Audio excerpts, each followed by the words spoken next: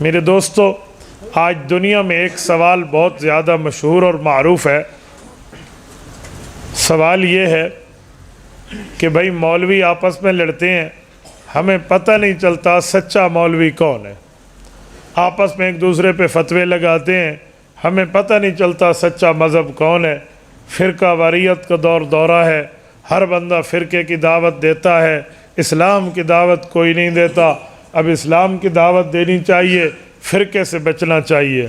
میں اب سمجھتا ہوں لفظ تو بہت اچھے ہیں لیکن اس کے پیچھے مطلب بہت برا ہے۔ حضرت علی المرتضیٰ رضی اللہ عنہ کے دور میں خارجی پیدا ہوئے۔ حضرت علی المرتضیٰ نے انہیں فرمایا کہ دیکھو، اگر تمہیں اعتراض ہے تو ان الحکم الا للہ، آؤ قرآن پر فیصلہ کر لیتے ہیں۔ تو وہ اس بنیاد پر بات کرتے ہوئے ان الحکم الا للہ کا مطلب چینج کر کے وہ کہنے لگے علی قرآن بتائے گا، تو نہیں بتائے گا۔ تو حضرت علی المرتضیٰ نے قرآن کریم سامنے رکھا اور فرمایا اے قرآن بتا ہم میں سچا کون ہے؟ تو جواب نہیں تھا۔ تو حضرت علی نے فرمایا قرآن والا قرآن بتائے گا نا، کتاب تو نہیں بولے گی، لیکن وہ نہیں مانے۔ تو حضرت علی المرتضیٰ نے فرمایا کلمۃ الحق کی ارید بہا الباطل، بات بہت اچھی ہے، اس سے مراد بہت بری لی جا رہی ہے۔ آج بھی بات بہت اچھی ہے کہ فرقہ واریت نہیں ہونی چاہیے، لڑائی نہیں ہونی چاہیے، فساد امن اتفاق، فساد سے بچ کے امن اتحاد اتفاق کی بات ہونی چاہیے۔ لیکن حال وہی ہے کہ جو لومڑی تھی نا، وہ آٹا خود کھا جاتی تھی اور باقی بچا ہوا بکری کے منہ پر مل لیتی تھی تاکہ پتہ چلے بکری نے کھایا ہے، حالانکہ کھاتی وہی لومڑی تھی۔ آج کل یہی لوگ ہیں، وہ غلط کام تو خود کرتے ہیں اور آٹا ملنے کے لیے مولویوں کا منہ ملا ہے، ان کے منہ پہ مل دیں بھئی یہ لوگ ٹھیک نہیں بتاتے۔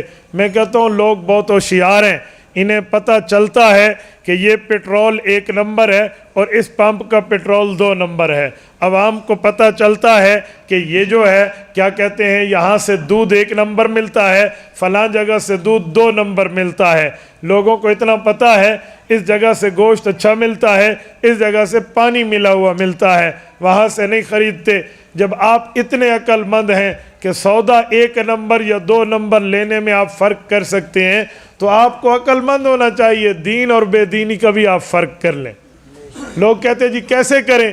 میں نے کہا جی دودھ کے بارے میں کیسے کرتے ہیں؟ بھائی کہتے مولوی لڑ گئے۔ میں نے کہا ایک مسئلے میں ڈاکٹروں کا بھی تو اختلاف آ جاتا ہے، ایک ڈاکٹر کہتا ہے اس کا علاج یہ ہے، دوسرا کہتا ہے یہ ہے، تو آپ نے کیسے دونوں کو غلط کہنا شروع کر دیا؟ سنیے، میں آج آپ کے سامنے ایک تھرمامیٹر رکھ رہا ہوں۔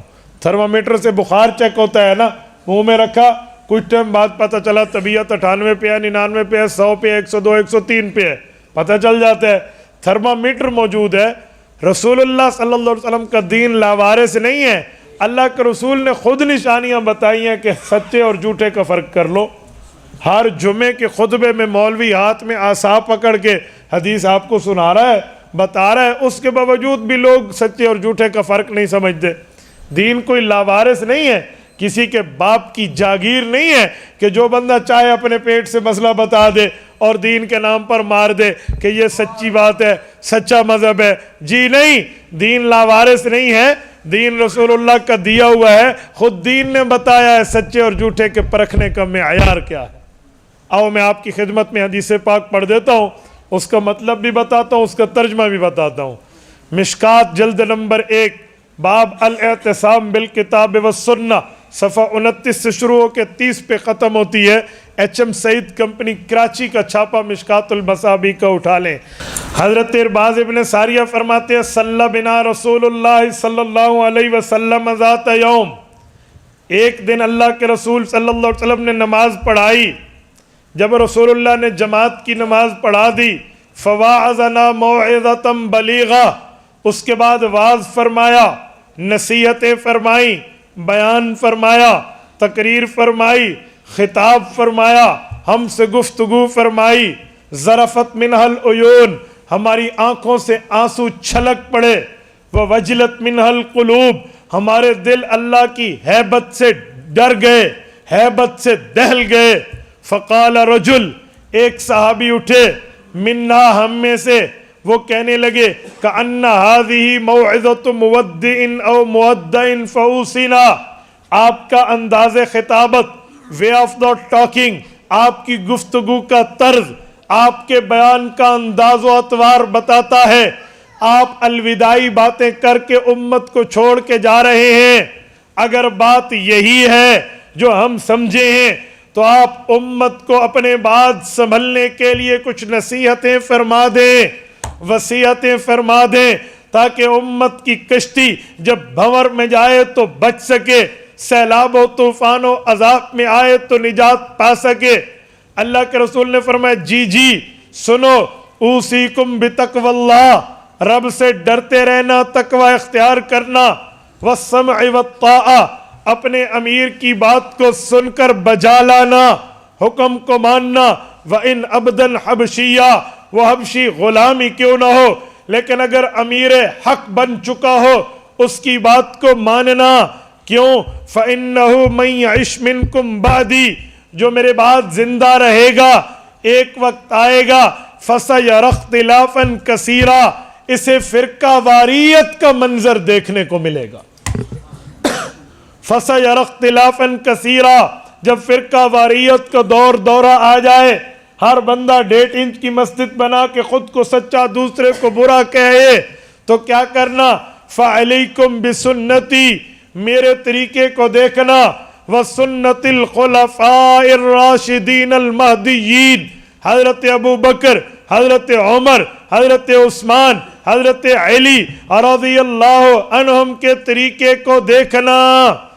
تمسکوا بہا، اس کو مضبوطی سے پکڑ لینا، وعضوا علیہا بالنواجذ، جیسے دانتوں سے کسی چیز کو دبا کر مضبوطی سے پکڑا جاتا ہے، یوں پکڑ لینا تاکہ نبی کا طریقہ، صحابہ اور اہل بیت کا طریقہ پکڑنے کی وجہ سے تم بچ سکو۔